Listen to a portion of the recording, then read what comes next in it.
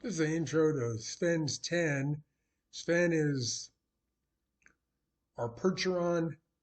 He's a little over 18 hands tall. He's now going to turn 4 in a couple of weeks. At the time of these, he's right at 3.5. Wanted to get him started on it from his back. Didn't have a saddle big enough for him. So we started him with a bareback pad.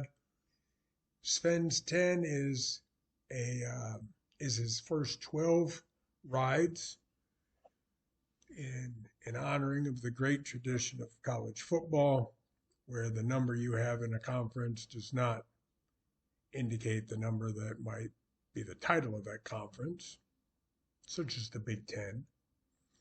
So, in honor of that, I've titled Sven's first 12 rides as Sven's 10. There were actually 14 rides. Believe it or not, I did not film 13 and 14. Things were going real well, so I decided I was going to film maybe once a week. So ride 13 went well. Prior to ride 14, we had separated the minis, Mom Calliope and her filly, Niani. Calliope now lives right next door to Sven, and he immediately really took to her. And she probably got a lot of comfort out of having him close by as well in this transition stage. So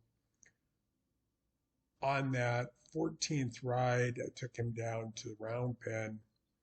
And although I was conscious of a principle, work with the horse you have today, work with the horse you have right now,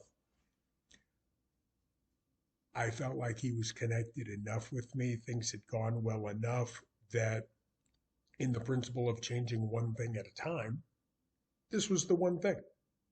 One thing's different. We've got some anxiety going between Calliope and Niani. They're calling back and forth. He's in the middle because of where the round pen's situated.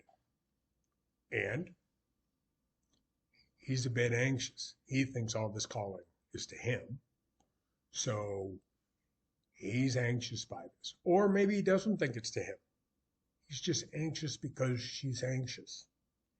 And in any case, that was the one thing that would be different. On the ground, I was getting his attention. He was connected with me.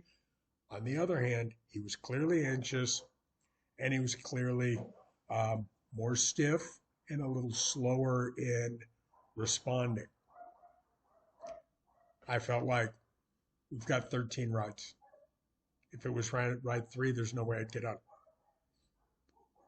We're ready for this.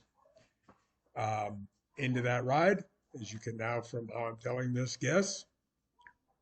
Come around. His worry cup runs over. He does his jump, kick thing, and bareback. I don't stand a chance. I get slammed, and taken me a while to heal up. Just another one of my life lessons that bit painful to add to a list of those. But learning experience, and that's the point of me. There's only, the reason I video, I'm not a master horseman, not pretending to be. I video first and foremost so that I can look at it. As an old football coach, I get a lot out of looking at film. I'll look at film and make corrections, find things wrong and improve it. And second, I can put it out that someone else might learn from my mistakes. First and foremost, my daughter, who works alongside me in this journey, and also for anyone, friends and family who might want to see what I'm doing now. So if someone who I don't know comes across these and learns something, that's fantastic. Maybe you don't learn the lessons as painfully as I tend to do. The first the first 7 rides, I had already done some documenting and things, some editing on a different software. It was the Windows software. Then they made changes. Then I got a different computer, and they didn't. The versions don't work together, and I just wanted a software package that I could put on my computer that isn't going to get controlled or changed by an outside entity. And so I got a different one finally here. Also, it took me a little time to get my mind back around being able to post these videos, to have the motivation to do it.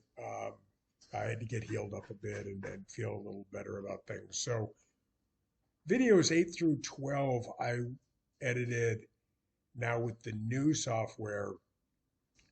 So they may look a little different, and my comments now have to also include the fact that ride 14 did occur. These other ones were all edited before that ever happened. And so you might see some things there. As you watch the videos, look at them with the mindset of ride 14 didn't go well. What could I have seen? What should I have seen in those others that did it? And I'm telling you, it's he's just not soft enough on his back to have progressed to do more. And so going forward, getting more softness, especially in situations where he's a little anxious from the ground. And then when I put a saddle on him, I'll be doing it with a saddle from now on.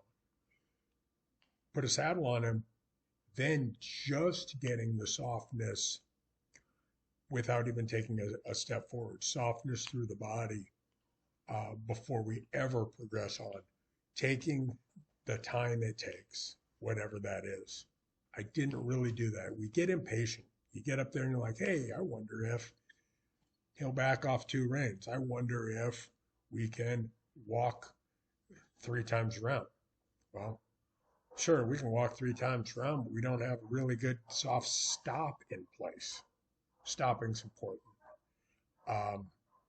And going forward, that'll be what I will, and that's what I'll do. So I hope you enjoy these videos. Take a look at them.